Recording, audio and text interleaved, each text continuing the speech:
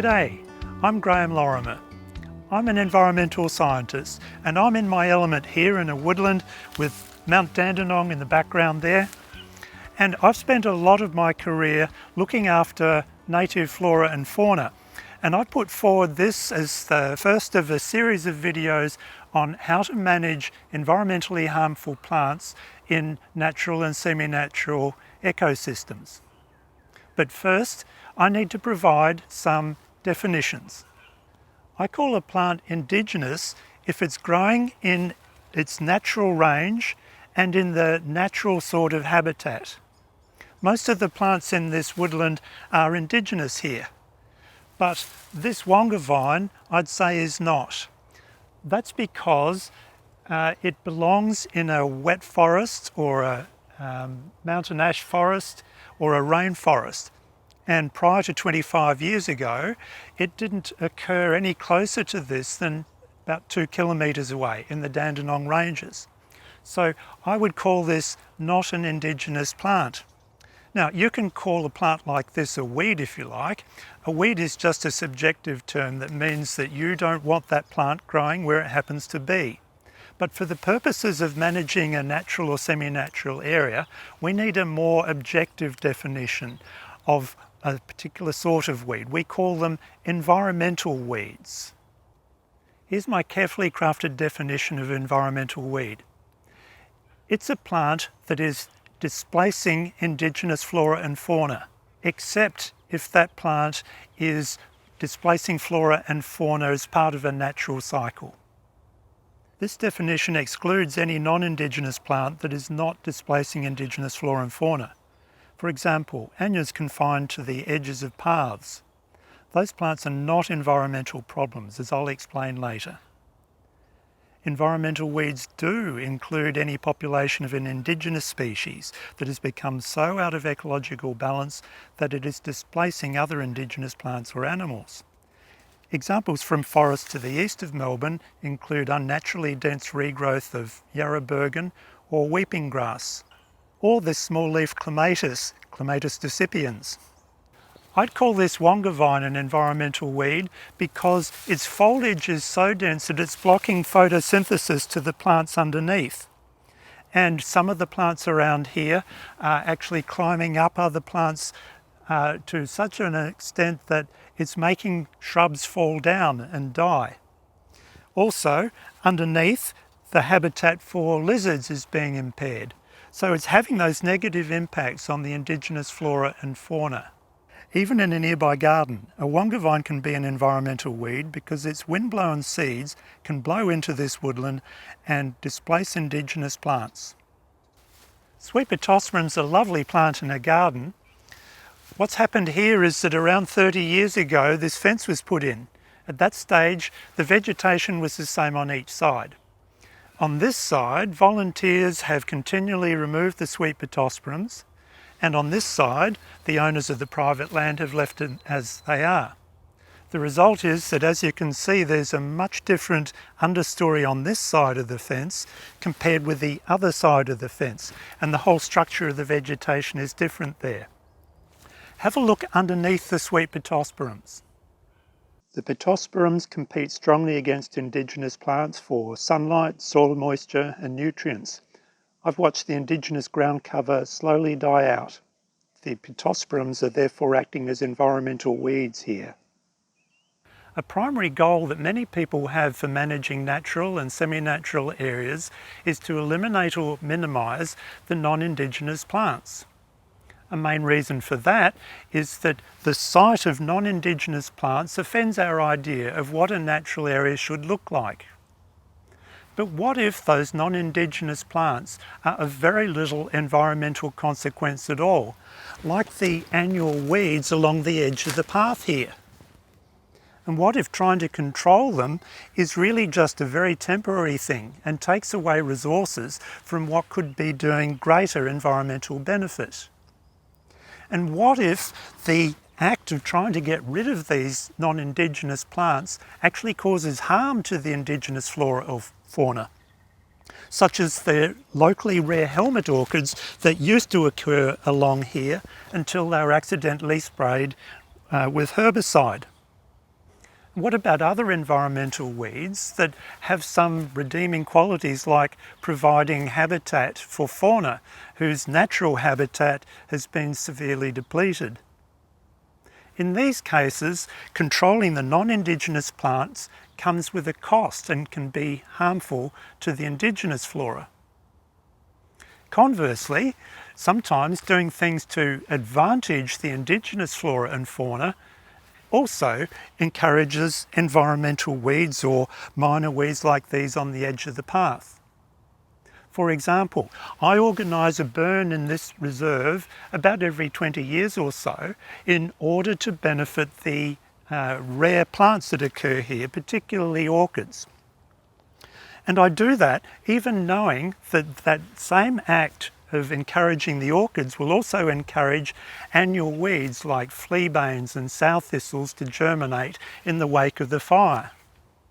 So there's no one-to-one correspondence between removing non-Indigenous plants and encouraging native flora and fauna. It's all too easy to think that by making an area look more natural, by removing non-Indigenous plants, we actually make the area more natural and more ecologically healthy, even if we're not noticing that the penalty for doing that is sometimes to cause harm to the Indigenous flora and fauna, or to divert resources that should be placed elsewhere, or that may be very temporary and not really give us any significant benefit. I would encourage you instead to think about not just the way things look and that there are non-Indigenous plants present, but rather look for the more fundamental and challenging task of really favouring the Indigenous flora and fauna. And in order to do that, you'll need some ecological principles. The first principle is about disturbance and competition. Native vegetation is a hotbed of competition. Periodically, I organise a fire in this area in order to stimulate regeneration. It shifts the competition according to different species. For a couple of years, maybe 3 years after a burn, a particular group of species are favoured, such as these fireweeds that came up copiously in last year's burn. There are also copious seedlings down at ground level. Almost all Victorian ecosystems, other than rainforests, need those cycles. And in between those cycles, there's a range of species that rely on sporadic, small amounts of disturbance that might come about from a bandicoot or an echidna digging, scratching the ground and stimulating germination of species.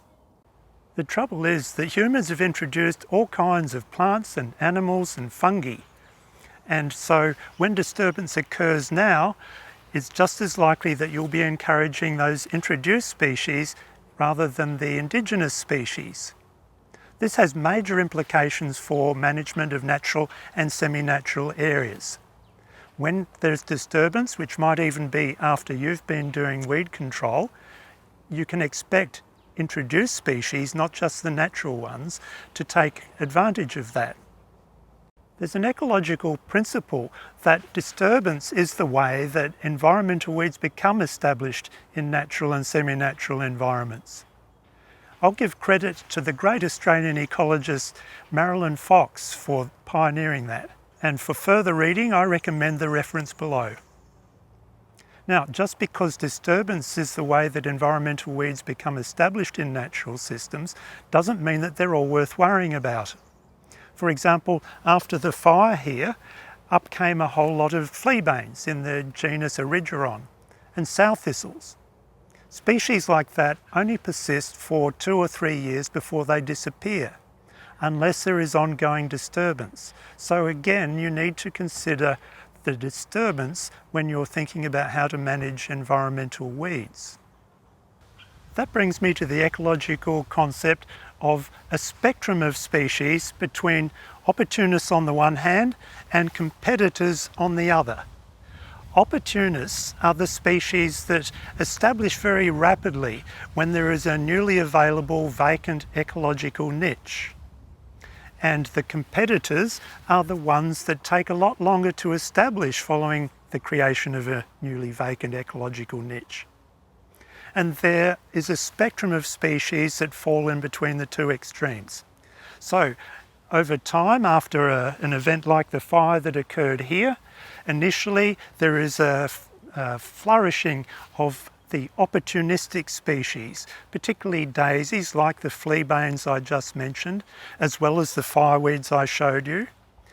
But they only last for a couple of years, and rapidly they become outcompeted by species that are slower to get started, but eventually outcompete the opportunists because they're often larger, and so they capture more sunlight, which means they can make better use of the nutrients and moisture in the soil. So we've got this spectrum between the opportunists and the competitors. And how you deal with those as environmental weeds really matters. Opportunists, we know, are reliant on that vacant ecological niche being created. So if it's continually being created, such as by feet on the edge of the path next to me, you will always have the opportunistic species. And trying to get rid of them is fruitless unless you deal with the underlying cause of that disturbance. On the other hand, if you were able to stop the disturbance, such as by closing off a path, here we find that the opportunistic weeds disappear of their own accord. In a long undisturbed environment, opportunistic species disappear over time. But on the edge of the path, the unrelenting disturbance of foot traffic creates conditions that are always conducive to the opportunistic species. And that includes things like flatweeds, as in the case of this cudweed, and ribwort down here, and a range of grass species that are introduced and opportunistic on the edge of the path here. And so these species are going to persist here indefinitely as long as there is foot traffic creating the disturbance. You might also notice that there is a maroon hood orchid just here, because it turns out that a lot of orchid species are also somewhat opportunistic. And that's the problem with trying to do too much control of opportunistic species, as well as getting rid of the introduced ones. It's quite likely you're going to inadvertently destroy something like an orchid on the edge of the path. This issue of the relationship between disturbance and the establishment of environmental weeds is of particular importance for floodplains and stream channels, wetlands and shorelines, because those environments are subject to natural continual disturbance, which we can't abate. I think you can see it's quite important to be able to tell whether a species is more on the opportunistic end of the spectrum. Here are 3 ways that I suggest you can get an idea of that. The first one is to check the root system, because many opportunistic species have got very shallow root systems, very wispy root systems. So when you gently pull them up, as you can see here, there's very little to it. The second test is to see whether those species are clustered in the more disturbed parts of the environment, such as along the edges of the paths. And if they don't seem to be spreading beyond that particular part of the environment, it's likely to be an opportunistic species and probably not of too much concern.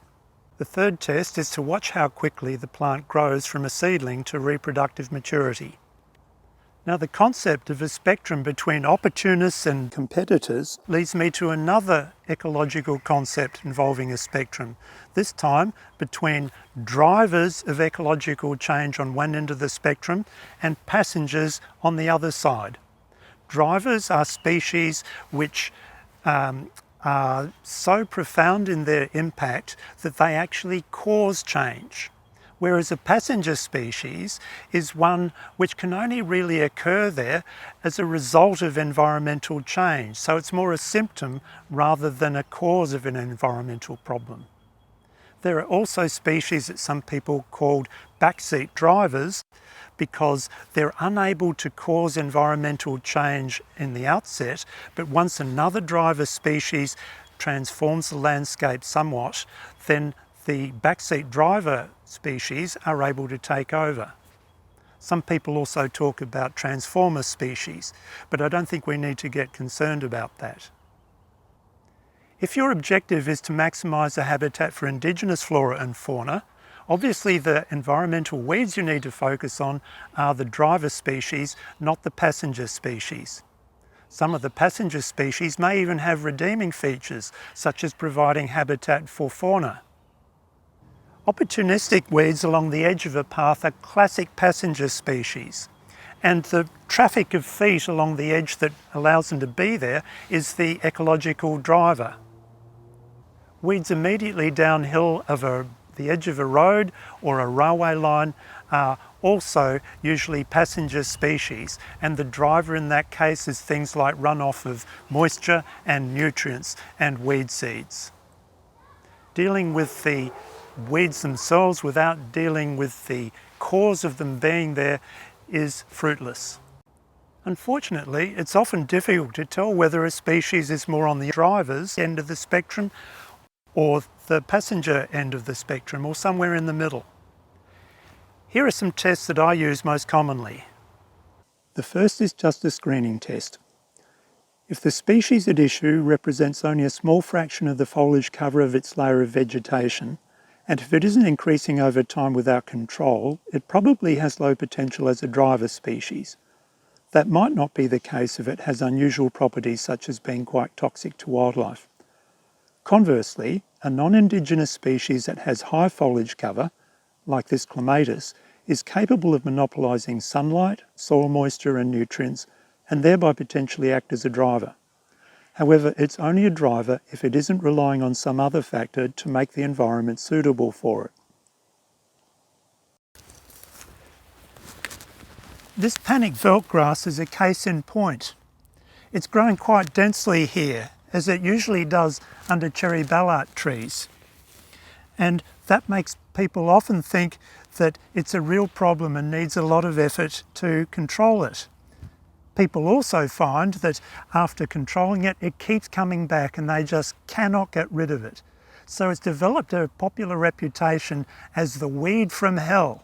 However, the species never moves very far here from underneath the cherry ballarts because of a particular property of what happens to soil underneath the cherry ballart species. And so I would say that this species is not a driver species, it's more a passenger, and the driver is what the cherry ballart species are doing to the soil underneath. And any attempt to remove the panicfelt grass without dealing with the driver that allows it to be here is fairly futile. Unfortunately, cherry ballarts are an important part of the woodland here and in a whole range of vegetation types in Victoria. So it's not a simple matter to just get rid of the driver. So in situations like this, in this reserve, we simply have to accept that we are not going to be able to effectively remove panicfelt grass. And in fact, that doesn't matter quite as much as you might think, because even in a pristine environment, not many indigenous plants grow underneath cherry ballarts. So the panicfelt grass isn't displacing a whole lot. My next test for a driver species is to see whether, when you remove a species, the environment improves significantly as a result.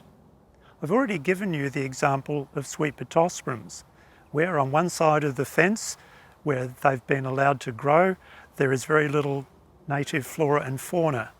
And on the other side of the fence, where the sweet pittosporums were removed, the environment is much healthier with far more species of flora and fauna.